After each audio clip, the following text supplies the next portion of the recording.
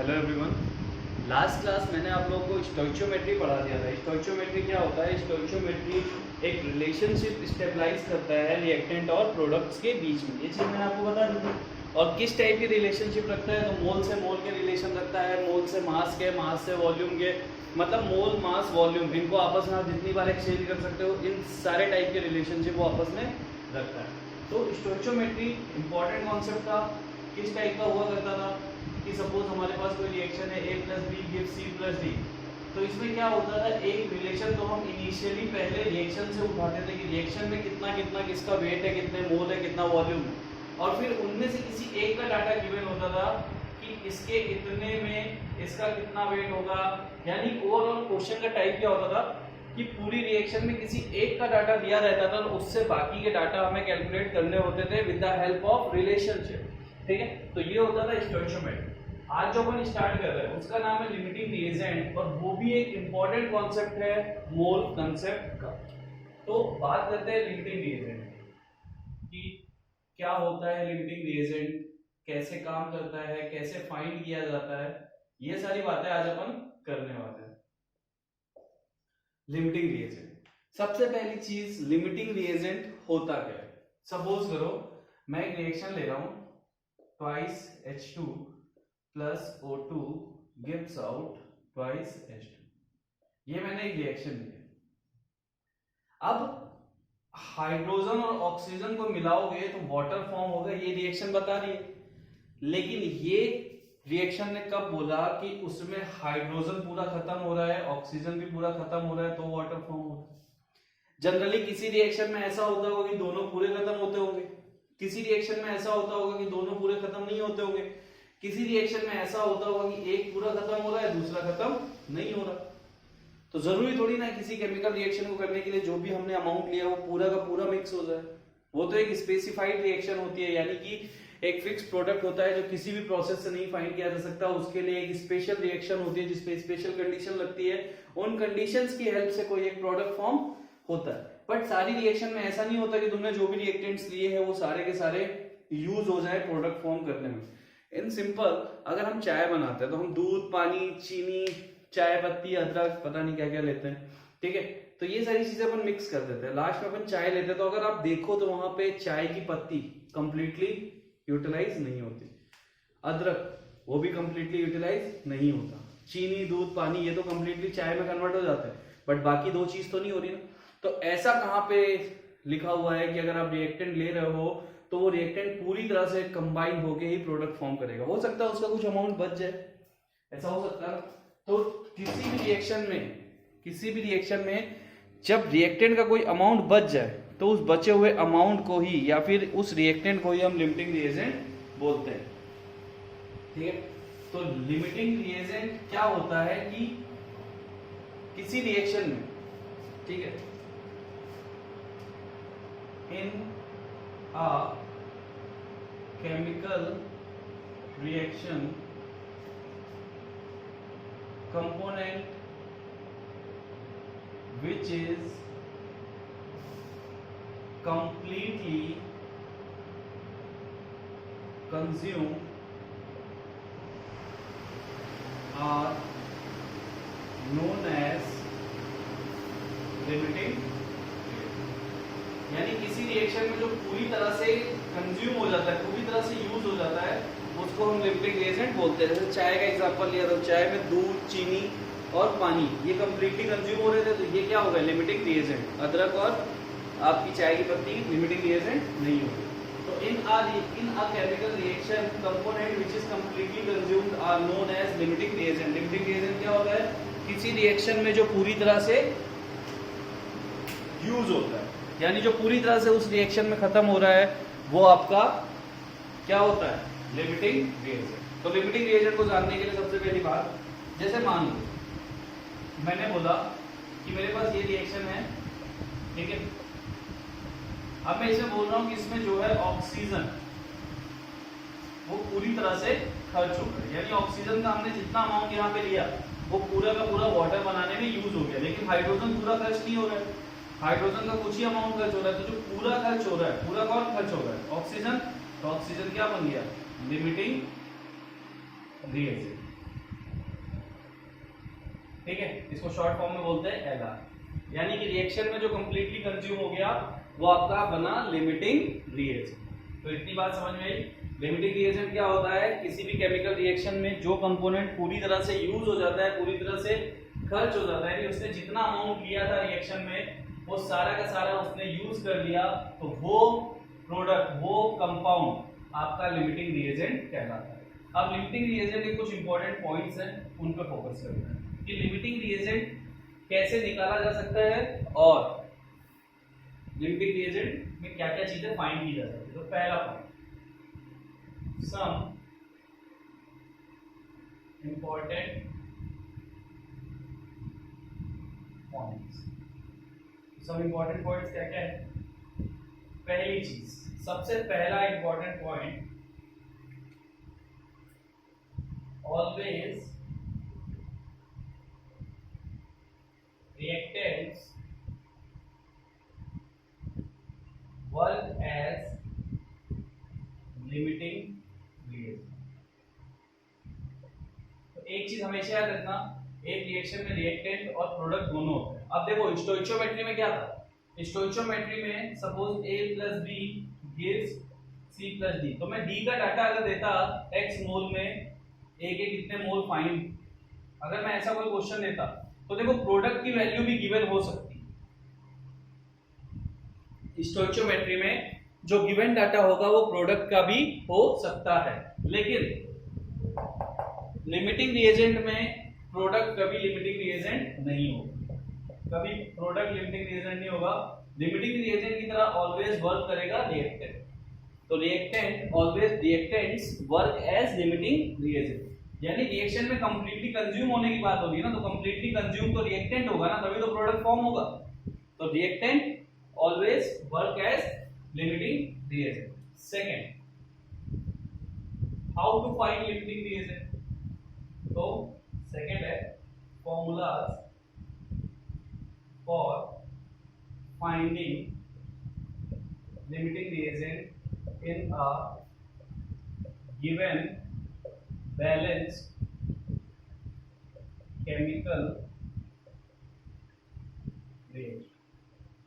अब किसी chemical reaction में हम लिमिटिंग रिएजेंट कैसे फाइंड करें, उसका फॉर्मूला क्या होता है? तो लिमिटिंग, तो पहला है A, if moles are given, if moles are given। तो इसके साइड में मैं एग्जांपल भी ले लेता हूं। जैसे मैंने रिएक्शन ली N2 + 3H2 gives out twice NH2, N2 + 3H2 gives out twice NH2। मैं मान लेता हूं कि मैंने N2 के रिएक्शन में लिए हैं 1 मोल और H2 के लिए है 2 मोल। ये हमें गिवन डाटा है। अब देखो इसमें लिमिटिंग रिएजेंट में हम इनिशियल का रिलेशन नहीं लगाते, जो गिवन डाटा होता है सिर्फ उससे क्वेश्चन सॉल्व करते हैं, वो स्टोइचियोमेट्री में था। तो देखो N2 और H2 gives twice NH3, तो क्वेश्चन जो डाटा दे रहा था वो क्या दे रहा था कि 1 मोल N2 react with 2 mole H2, जबकि यहाँ पे मोल कितने हैं 3, तो ये स्टोइचियोमेट्री तो है नहीं। तो देखो एक चीज और याद रखो, स्टोइचियोमेट्री में पूरे रिएक्शन में सिर्फ एक का डाटा गिवन हो।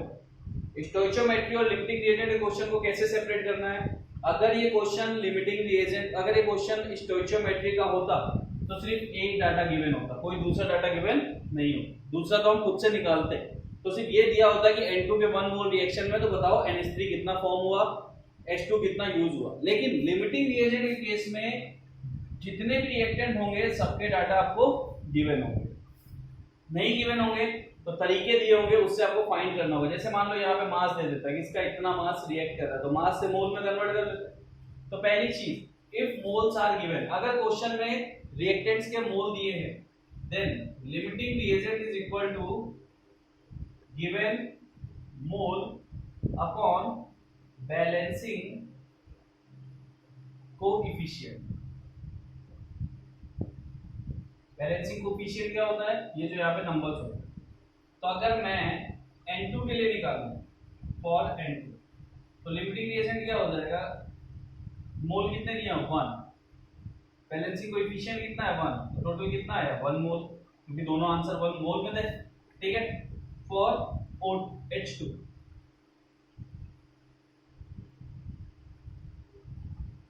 मोल कितने दे रहा है क्वेश्चन? 2 मोल। बैलेंसिंग कोएफिशिएंट कितना है? 3। 2/3, 2/3 को सॉल्व करोगे कितना आएगा? 0.67 मोल। अब दोनों में से लोअर वैल्यू कौन सी है? 0.67। तो इसका मतलब रिएक्शन में लिमिटिंग रिएजेंट तुम्हारा H2 ऐसे फाइंड करना है। तो अगर दोनों के मोल्स गिवन है तो फॉर्मूला क्या होता है? Limiting reagent is equal to given mole, यानी क्वेश्चन वाले मोल, जो क्वेश्चन तुम्हें दे रहा है, यहाँ वाले नंबर नहीं, वो बैलेंसिंग कोएफिशिएंट है। अब वो बैलेंसिंग कोएफिशिएंट की तरह ही यूज होंगे तुम्हारे क्वेश्चन में, जो मोल्स के नंबर देगा तो given mole upon balancing coefficient. Given mole कितना था? क्वेश्चन इसका 1 मोल दे रहा था, तो 1 बाय बैलेंसिंग कोएफिशिएंट कितना था? नंबर कुछ नहीं था, 1 बाय 1 इज इक्वल टू 1 मोल। और इसका गिवन मोल कितने थे? 2, और बैलेंसिंग कोएफिशिएंट कितना था? 2/3 इज इक्वल टू 0.67। दोनों में से लोअर वैल्यू कौन सी है? हाइड्रोजन की। तो जो लोअर वैल्यू मिली तुम्हें यहां से, वही तुम्हारा लिमिटिंग रिएजेंट बन जाता है, यानी कि ये तुम्हारा बन गया लिमिटिंग रिएजेंट। यानी अगर मैं तुमसे क्वेश्चन करूं कि इन दोनों में से कौन रिएक्शन में कंप्लीटली खत्म हो रहा है, तो तुम्हारा आंसर होगा H2।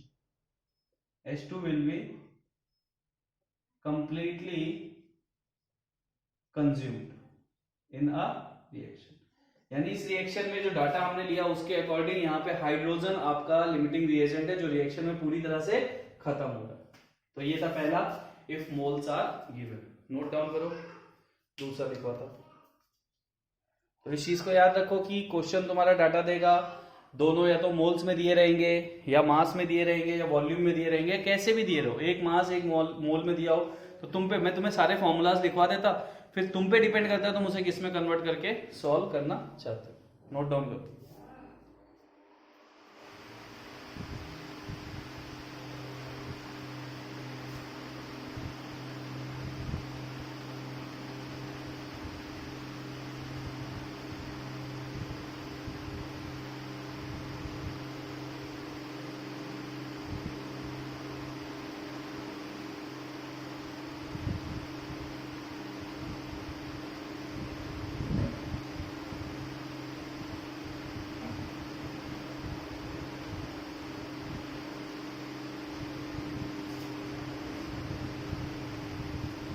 नोट कर लिया? नहीं किया हो तो वीडियो पॉज करके नोट कर लो। फिर से समझा देता। इफ मोल्स आर गिवन, अगर क्वेश्चन में रिएक्टेंट्स के मोल, पहली बात रिएक्टेंट ही लिमिटिंग रिएजेंट रहेंगे, प्रोडक्ट साइड कभी लिमिटिंग रिएजेंट होगा ही नहीं। अब ये देखो डाटा दिया था, बोल रहा था, सपोज क्वेश्चन ऐसा था, सपोज क्वेश्चन कैसा था,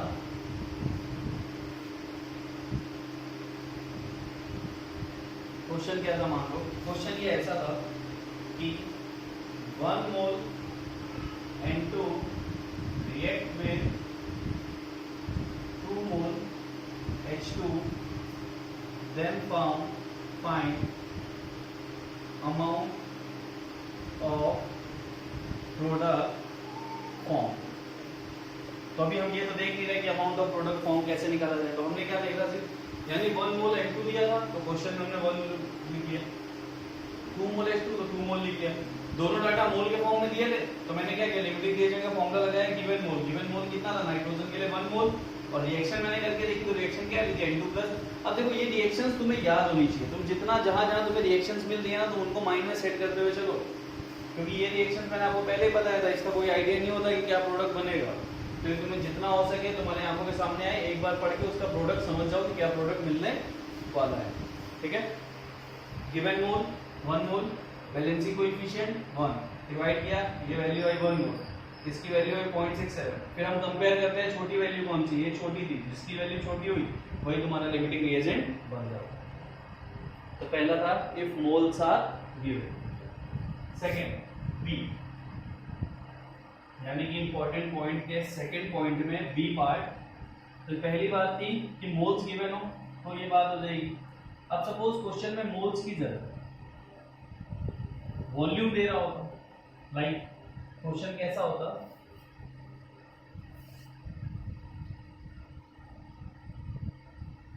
.6 litre N2 react with 2.8 litre H2, then find amount of product। तो हम क्या करते हैं, रिएक्शन लिखते हैं N2 plus 3H2 if twice NH2। Reaction क्या बोल रही, 5.6 लीटर नाइट्रोजन है और 2.8 लीटर क्या है, हाइड्रोजन। तो अब देखो पहले वाले पार्ट में दोनों दोनों वैल्यू मोल में दी, अब किस में दी हुई है, वॉल्यूम में। तो लिमिटिंग रिएजेंट का फॉर्मूला क्या हो जाएगा, same given volume upon balancing coefficient. Given volume कितना है 5.6, बैलेंसिंग कोएफिशिएंट कितना है 1, तो वैल्यू कितने है 5.6 लीटर। अब लीटर में है क्योंकि गिवन डाटा किसमें है, लीटर के फॉर्म में। तो ये किसके लिए था, for N2। For H2, H2 के लिए हम लिमिटिंग रिएजेंट की वैल्यू निकालें तो कितनी आएगी 2.8 लीटर गिवन डाटा है, डिवाइड बाय 3। इसको सॉल्व करेंगे कितना आएगा 0.7,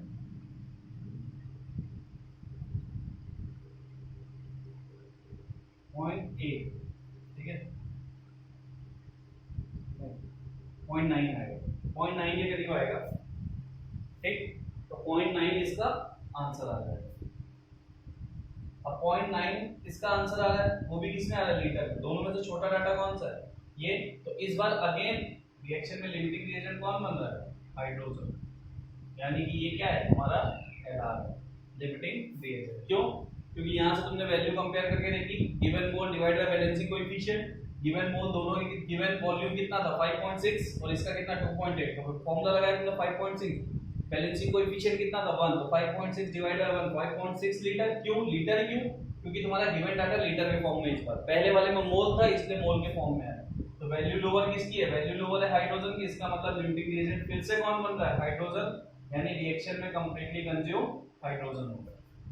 यानी नाइट्रोजन जितना अमाउंट लेके बैठा है वो पूरा खर्च नहीं कर रहा, थोड़ा बहुत खर्च कर रहा है, उसका थोड़ा बहुत बच रहा है, लेकिन इसका कुछ नहीं बच रहा। ये बन गया तुम्हारा लिमिटिंग रिएजेंट। तो ये था फॉर्मूला। और पैटर्न नंबर यानी बी, ये क्या था, B if volume are given. तो पहला वाला था ए वाला, if moles are given. Second है इफ वॉल्यूम्स आर गिवन। तो वॉल्यूम गिवन होगा तो फॉर्मूला लग जाएगा ये, नोट डाउन करो इसको भी जल्दी से।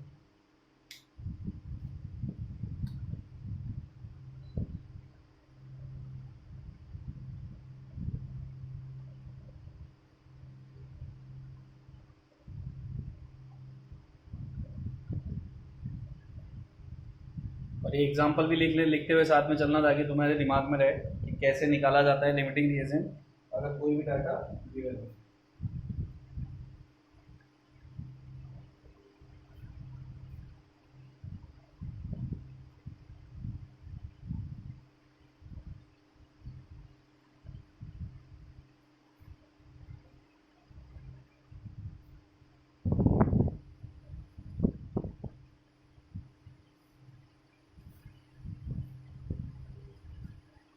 ठीक है, अब थर्ड यानी इसमें सी।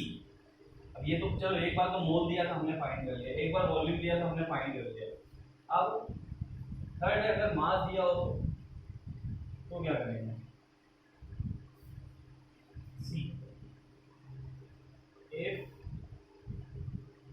मास are given then limiting reagent. तो इफ मास आर गिवन, इसके लिए क्या हो जाएगा, if mass are given then first it converts into moles, then अगर मोल में तुम कन्वर्ट कर लोगे तो then लिमिटिंग रिएजेंट, पहला वाला formula given moles upon balancing coefficient. कैसे, जैसे मान लो मैंने फिर से वही रिएक्शन ले ली, N2 plus 3H2 gives out twice N2 मैंने मान लो यहाँ पे ले लिया है 56 ग्राम, हाइड्रोजन मैंने ले लिया यहाँ पे 30 ग्राम। ठीक है, अब 56 ग्राम और 30 ग्राम, तो इसमें डायरेक्टली फॉर्मूला नहीं लगेगा given mass upon balancing coefficient, पहले हमको इसको कन्वर्ट करना पड़ेगा मोल में। तो कैसे कन्वर्ट करेंगे, 56 मोल बनाने के लिए क्या करना पड़ता है, गिवन वेट में मॉलिक्यूलर वेट का डिवाइड, तो 28 से डिवाइड कर दोगे 2 मोल आ जाएगा, और ये कितना आ जाएगा, तो देखो 30 डिवाइड बाय 2 15 मोल, ये आ गया 15 मोल। तो अब लिमिटिंग रिएजेंट निकाल देंगे, दोनों डाटा किस में आ गया, मोल के फॉर्म में आ गया, तो फॉर्मूला लगा देंगे गिवन मोल्स। तो इसका कितना हो जाएगा 2/1 इज इक्वल टू 2 मोल, और इसका कितना हो जाएगा, लिमिटिंग रिएजेंट की वैल्यू निकाले तो 15/3 व्हिच इज इक्वल टू 5 मोल। इस बार लोअर वैल्यू कहां पे आ रही है, यहां पर। तो इस बार इस गिवन डाटा पे लिमिटिंग रिएजेंट तुम्हारा नाइट्रोजन बन गया, ठीक है। तो ये चीज थी, तीनों टाइप से तुम फाइंड कर सकते हो। अगर मोल्स गिवन हो तो कैसे फाइंड करोगे, वॉल्यूम गिवन हो तो कैसे फाइंड करोगे, और अगर मास गिवन है तो मास के केस में सीधा सीधा तुम्हें क्या करना है, पहले मोल्स में कन्वर्ट करना है, फिर तुम्हें फॉर्मूला यूज करना है। इस चीज को ध्यान में रखना। बाकी दोनों केस में एज इट इज लिख दो। और हाँ, एक चीज और ध्यान रखना कि यहाँ पे जो तुम्हारा डाटा है, जो ऊपर तुम लिख रहे हो गिवन मोल्स और गिवन वॉल्यूम, लिमिटिंग रिएजेंट की वैल्यू उसी फॉर्म में आएगी। तो ये मोल्स के फॉर्म में आ रही, इससे पहले वाले में लीटर के फॉर्म में आई थी। तो इन चीजों को ध्यान में रखना स्टेप बाय स्टेप। टेंशन मत लो, इसके क्वेश्चन जैसे अपन स्टार्ट करेंगे बिल्कुल इजी पैटर्न हो जाएगा। देखने में लगता है पता नहीं क्या है, कितना भारी है, बहुत इजीली पढ़ाऊंगा। बहुत इंपॉर्टेंट कॉन्सेप्ट है और ये भी बहुत टफ माना जाता है, लेकिन मैं आपको बहुत इजीली समझा दूंगा। आप टेंशन ही छोड़ दो, बस आप लिखते हुए चलो, जो चीजें बता रहा हूँ उसे समझते हुए चलो। एक क्वेश्चन आपका इसका डिस्टर्ब नहीं होने दूंगा। नोट डाउन कर लिया, चले आगे। तो देखिए, लिमिटिंग रिएजेंट निकालने के तीनों पैटर्न मैंने आपको दे दिया कि लिमिटिंग रिएजेंट कैसे फाइंड किया जाए। पहली बार, लिमिटिंग रिएजेंट होता क्या है, जो रिएक्शन में पूरी तरह से खत्म होगा, यानी कि उसने रिएक्शन में जितना अपना पार्ट लिया था वो सारा का सारा पार्ट यूज कर दिया हो, तो वो बन जाता है लिमिटिंग रिएजेंट। फिर लिमिटिंग रिएजेंट की तरफ वर्क कौन करता है रिएक्शन में, तो सिर्फ रिएक्टेंट वर्क करते हैं, प्रोडक्ट कभी भी लिमिटिंग रिएजेंट नहीं हो सकते। थर्ड, लिमिटिंग रिएजेंट को कैसे फाइंड किया जाएगा, तो कॉन्सेप्ट है moles are given, then given moles upon balancing coefficient. Volume given है तो given volume upon balancing coefficient, और मास गिवन है तो मास को पहले मोल्स में कन्वर्ट करो। देखो, वॉल्यूम को भी तुम पहले मोल्स में कन्वर्ट कर सकते थे 22.4 से डिवाइड वगैरह करके, लेकिन वहां पे डायरेक्टली फॉर्मूला यूज हो जाता है, इसलिए टेंशन नहीं आ, ठीक है, बट कर सकते थे। Rule number 3, amount of product form, amount of product form. तो अगर हमें निकालना हो अमाउंट ऑफ प्रोडक्ट फॉर्म, तो हमारे पास सीधा सीधा फॉर्मूला है। इस एक फॉर्मूले को याद रखो, इस एक फॉर्मूले का यूज करना समझ जाओ। Limiting reagent into balancing coefficient. कैसे, जैसे मान लो N2 + 3H2 gives twice N।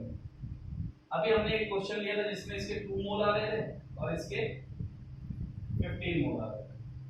अभी हमने एक वैल्यू सॉल्व की थी। तो अगर मैं लिमिटिंग रिएजेंट निकालूं तो यहां से आता है 2/1 व्हिच इज इक्वल टू 2 मोल, और यहां से आता है लिमिटिंग रिएजेंट की value given mole upon 15 upon balancing coefficient यानी 5 मोल। दोनों में से ये आ रहा है 5 मोल, ये आ रहा है 2 मोल, ये छोटी वैल्यू, तो ये बन गया तुम्हारा लिमिटिंग रिएजेंट। अब अमाउंट ऑफ प्रोडक्ट फॉर्म, तो प्रोडक्ट क्या है NH3। तो अगर मुझे यहां से बोला जाता amount of NH3 form is equal, तो मैंने फॉर्मूला क्या बताया, limiting reagent into balancing coefficient. Limiting reagent की वैल्यू कितनी आ रही है 2, तो 2 इनटू बैलेंसिंग कोएफिशिएंट कितना है इसका 2 व्हिच इज इक्वल टू 4, और आंसर किसमें होगा, मोल के फॉर्म में, क्योंकि लिमिटिंग रिएजेंट की वैल्यू किसमें, मोल। तो तुम्हारा आंसर आ गया amount of NH3 form is equal to 4 mole, ठीक है। तो किसी भी प्रोडक्ट का अमाउंट फॉर्म करना है तो लिमिटिंग रिएजेंट की जो भी वैल्यू आई है और जिस फॉर्म में आई है उसको बैलेंसिंग कोएफिशिएंट से मल्टीप्लाई करो, बैलेंसिंग कोएफिशिएंट से मल्टीप्लाई कर तो आंसर आ जाएगा। तो ये था स्टेप नंबर 3 कि हम कैसे फाइंड करेंगे अमाउंट ऑफ प्रोडक्ट। तो लिमिटिंग रिएजेंट तुम लोग को निकालना समझ गया होगा, कैसे निकालोगे। अगर डाटा कुछ भी किसी भी पैटर्न में दिया हो तो अमाउंट ऑफ प्रोडक्ट कैसे निकालोगे, जो भी लिमिटिंग रिएजेंट की वैल्यू आ रही है उसमें बैलेंसिंग कोएफिशिएंट का मल्टीप्लाई कर दो, तुम्हारा आंसर आ जाएगा। तो ये था थर्ड पॉइंट। सिर्फ इतना नहीं होता, और भी चीजें होती है। अब जैसे मैंने बताया मैंने बोला ना कि हमने रिएक्शन ली थी N2 plus 3H2 gives twice NH2। तो इसमें ये तो बन गया लिमिटिंग रिएजेंट, इसकी वैल्यू आ गई 2 मोल और इसकी वैल्यू आई 5 मोल। तो लिमिटिंग रिएजेंट तो ये बना, लेकिन ये पूरा खर्च नहीं हुआ ना। 5 मोल, अगर ये 5 मोल पूरे खर्च हो जाते तो ये भी लिमिटिंग रिएजेंट बन जाता और ये भी रिएक्शन में पूरी तरह से खत्म होता, लेकिन ये खत्म नहीं हुआ। तो फोर्थ स्टेप पे अपन क्या निकालते हैं, फोर्थ स्टेप पे अपन निकालते हैं अमाउंट ऑफ रिएक्टेंट यूज्ड, यानी कि जो रिएक्टेंट बचा वो यूज कितना हुआ रिएक्शन। तो उसके लिए भी सेम फॉर्मूला है limiting reagent into balancing coefficient. तो लिमिटिंग रिएजेंट की वैल्यू कितनी आएगी 2%, 2 इनटू बैलेंसिंग कोएफिशिएंट कितना है इसका 3, कितना आ गया 6 मोल, यानी कि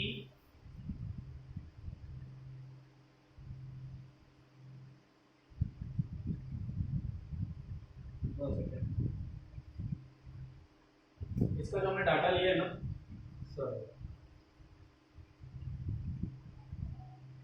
हाँ 6 मोल, तो ये यूज कितना हुआ 6 मोल। अब देखो क्वेश्चन में जब अपन ने स्टार्ट किया था तो इसको लिया था 2 मोल और ये था 15 मोल, यही से अपन ने क्वेश्चन की स्टार्टिंग की थी। तो अमाउंट ऑफ रिएक्टेंट यूज, तो कितना यूज हुआ 6। कैसे निकाला हमने, limiting reagent into balancing coefficient. तो लिमिटिंग रिएजेंट की वैल्यू कितनी थी 2, क्योंकि लिमिटिंग रिएजेंट ये बन रहा था। जो लास्ट क्वेश्चन अभी कराया था ना 2 मोल 15 मोल वाला, उसी से मैं इस एग्जांपल को समझा रहा। तो ये लिमिटिंग रिएजेंट बना था 2 मोल, इसका लिमिटिंग रिएजेंट की वैल्यू आई थी तो मैंने लिख दिया 2 मोल, क्योंकि ये लिमिटिंग रिएजेंट है ना तो इसकी वैल्यू कंसीडर की जाएगी 2 मोल इनटू किसका निकालना था हमको, जिसका निकालना अमाउंट ऑफ रिएक्टेंट यूज। अब ये तो रिएक्शन में कंप्लीटली खत्म हो चुका है ना, ये तो बच ही नहीं रहा, तो बचा कौन सा, ये वाला रिएक्टेंट बचा ना, तो इसके बैलेंसिंग कोएफिशिएंट। जिसको जैसे अमाउंट ऑफ प्रोडक्ट NH3 निकालना था उसका बैलेंसिंग कोएफिशिएंट लिया मैंने, तो इसमें किसका लूंगा हाइड्रोजन का जो बच रहा है 2 × 3 which is equal to 6 मोल। अब फिफ्थ इंपॉर्टेंट चीज जो इससे और फाइंड की जाती है वो होता है अमाउंट ऑफ रिएक्टेंट लेफ्ट, यानी अमाउंट ऑफ रिएक्टेंट लेफ्ट। तो कैसे निकालेंगे, initial taken minus use. Initial taken कितना था 15 मोल, यूज कितना हुआ, यहां से हमने निकाल लिया 6 मोल, बचा कितना 9 मोल, यानी कि 9 मोल रिएक्शन के बाद भी यहां पे बच रहे।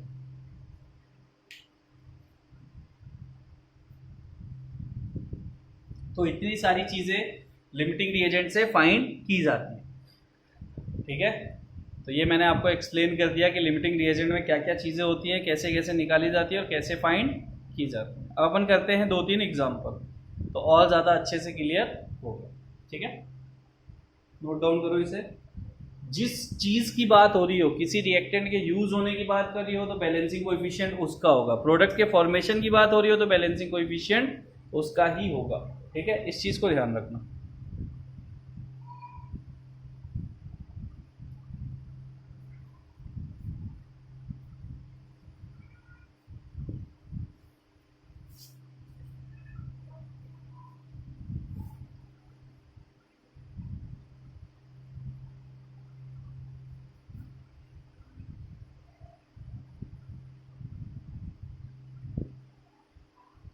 अपन एक क्वेश्चन उठाता है, उस क्वेश्चन को सॉल्व करते हैं। क्वेश्चन है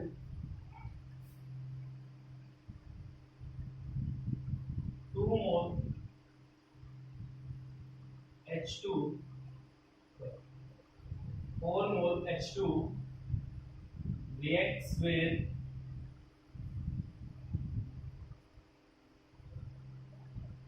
3 मोल O2 to give H2। Find, तो क्या क्या फाइंड करना है, फर्स्ट हमको फाइंड करना है लिमिटिंग रिएजेंट, यानी कि इस रिएक्शन में लिमिटिंग रिएजेंट कौन होने वाला है। सेकंड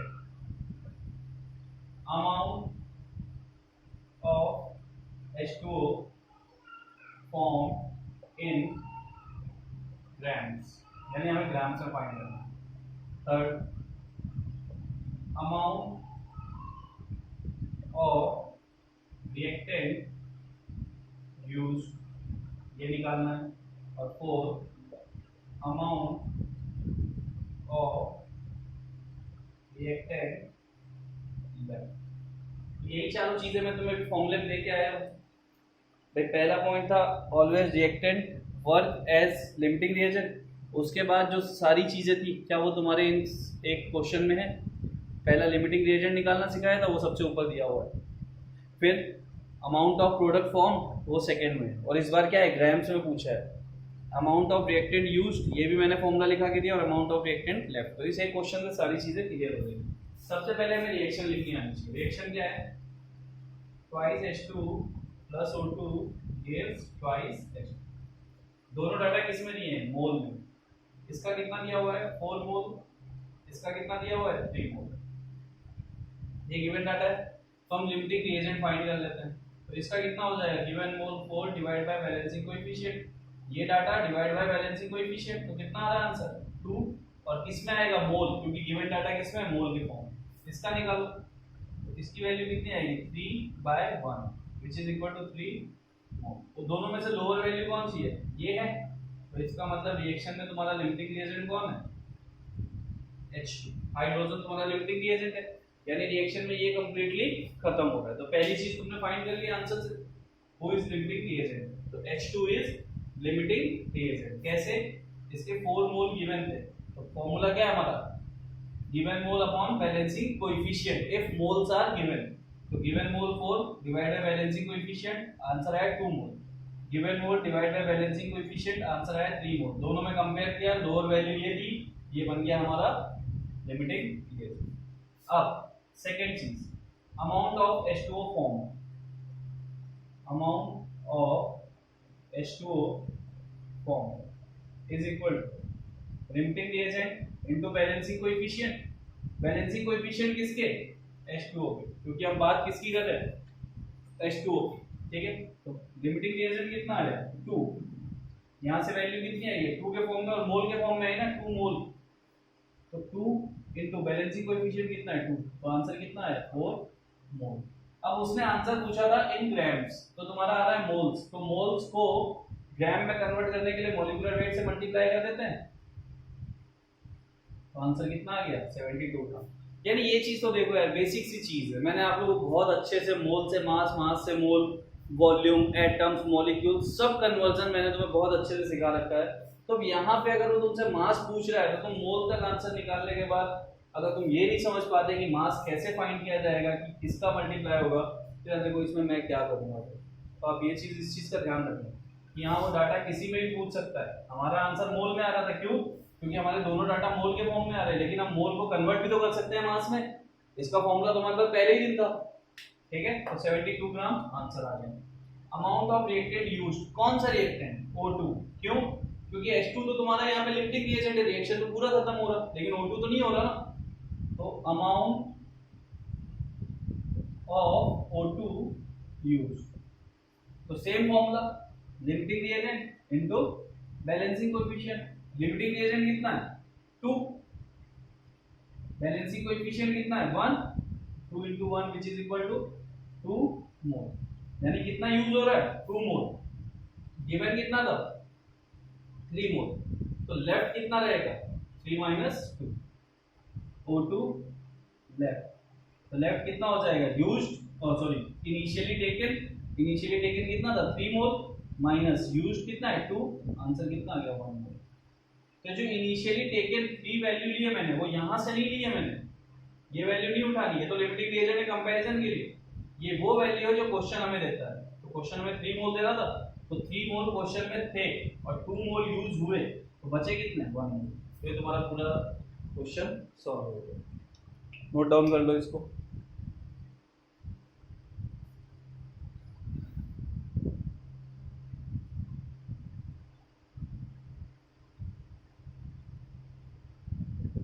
बहुत इजी क्वेश्चन है, बहुत इजी पैटर्न्स हैं। एक दो बात सारे पैटर्न्स में करवा दूंगा।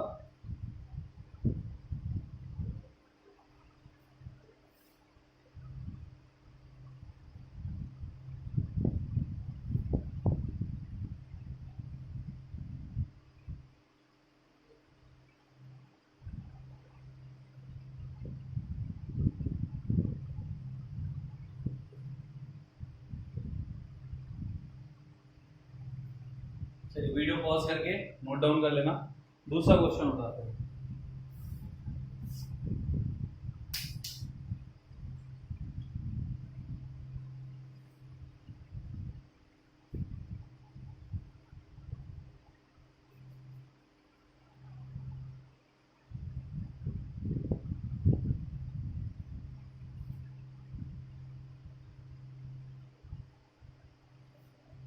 दूसरा क्वेश्चन है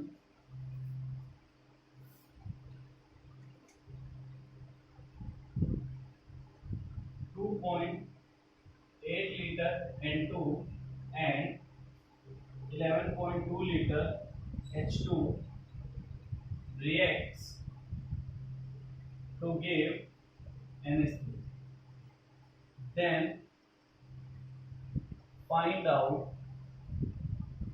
पहला which one is limiting reagent, यानी पहली चीज है इसमें से कौन लिमिटिंग रिएजेंट है। Second, amount of NH3 formed in moles and mass। अब तुम्हें साफ दिख रहा है दोनों लीटर के फॉर्म में है, तो अमाउंट ऑफ प्रोडक्ट लीटर के फॉर्म में मिलेगा हमें, लेकिन हमें क्वेश्चन में पूछा किस फॉर्म में, मोल्स एंड मास, तो हम कन्वर्ट करेंगे। तब अमाउंट